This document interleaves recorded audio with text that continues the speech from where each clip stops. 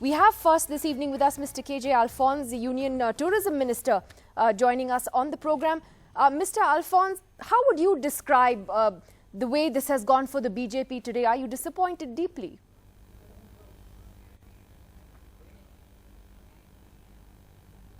Well, it's not a great day for the BJP. I mean, let us accept it. We haven't done too well, except I think Madhya Pradesh is still too close to call, and I guess that's going to take a little more while where we have a decisive result from Madhya Pradesh. But we have not done very well, and that's a fact. And we are not, obviously, we are not happy with the results. Mr. Alphonse, what do you think went wrong for the BJP in these states? Obviously, there was a massive anti-incumbency in all of them. What do you think ultimately went wrong at the end of the day? Was it the narrative? Was it just the anti-incumbency? Was it the campaign plan? Should Mr. Modi have campaigned more? What was it?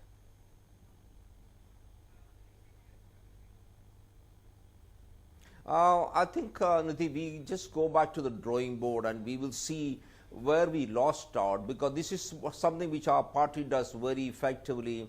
After every election, where we win, where we lose, we look at the kind of campaign we ran, and when we succeeded, what are the elements which made us succeed, and if we don't really win, why did we fail? So we go back to the drawing board. We will all sit together and see and where things went wrong. Like one of the places like Chhattisgarh, it's a place which we thought we were going to win hands down. And also Madhya Pradesh, I mean, it's of course still not time to call yet because it's too close to call. Again, it's a state, both these states we had done a fantastic job in 15 years. But I guess it's also a fact, anti-incumbency is a fact. We have been in power for 15 years, and obviously it's like in the movie, most probably people want to see new faces. Okay, these people have done so much for me. I mean, our aspirations are very, very high. Now that so much has been achieved, our aspirations are even much higher. So let's try out a new set of people. So possibly there is a feeling like that. In Rajasthan, I think our government had done an excellent job. But I think the problem was that we didn't really communicate with people what we had done on the ground. I think that's a problem, because democracy is all about perception. It's not enough to do things, but I think it's also very important to tell people this is what we have done, and this is going to change your life so fundamentally. So I think there was a communication gap in Rajasthan.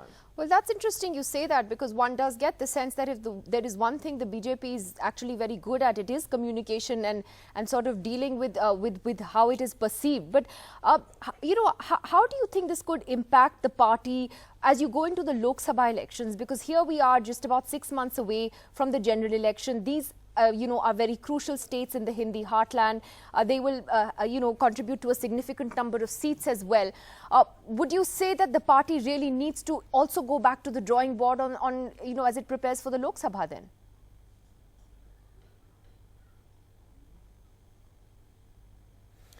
See, the thing is, yes, we already know from elections down the ages, the issues which come up in the state elections are completely different from what comes up in the Lok Sabha in the national elections. The Honorable Prime Minister is still extremely popular, and I think his popularity is increased even beyond what it was in 2014. I mean, he is one person who is perceived to be leading the nation, and therefore there is absolutely no problem with that. I think we just got to get back to the drawing board, and I said we just got to analyze what really went wrong and what are the things which we need to do. And of course, issues are very, very local, at the state level, the way people perceive how the local government was run. And basically, it's a question of aspirations. When you do so much, now look at a simple thing like Swachh Bharat. We constructed close to 10 crore toilets. I think this is more toilets than ever been built in the history of India. Now, what's going to be the impact and things like that? Now, we got the toilets, we got electricity, we're getting houses, we're getting the medical care. Now, so the aspirations of people are pegged so high, they will say, okay, now, I think we just need to try somebody else.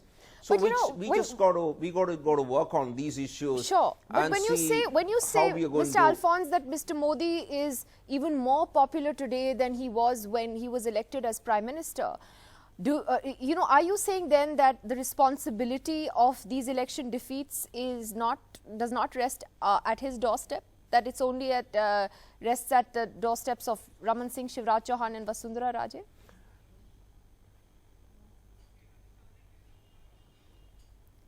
No, I think fundamentally it is the state leadership which takes the responsibility.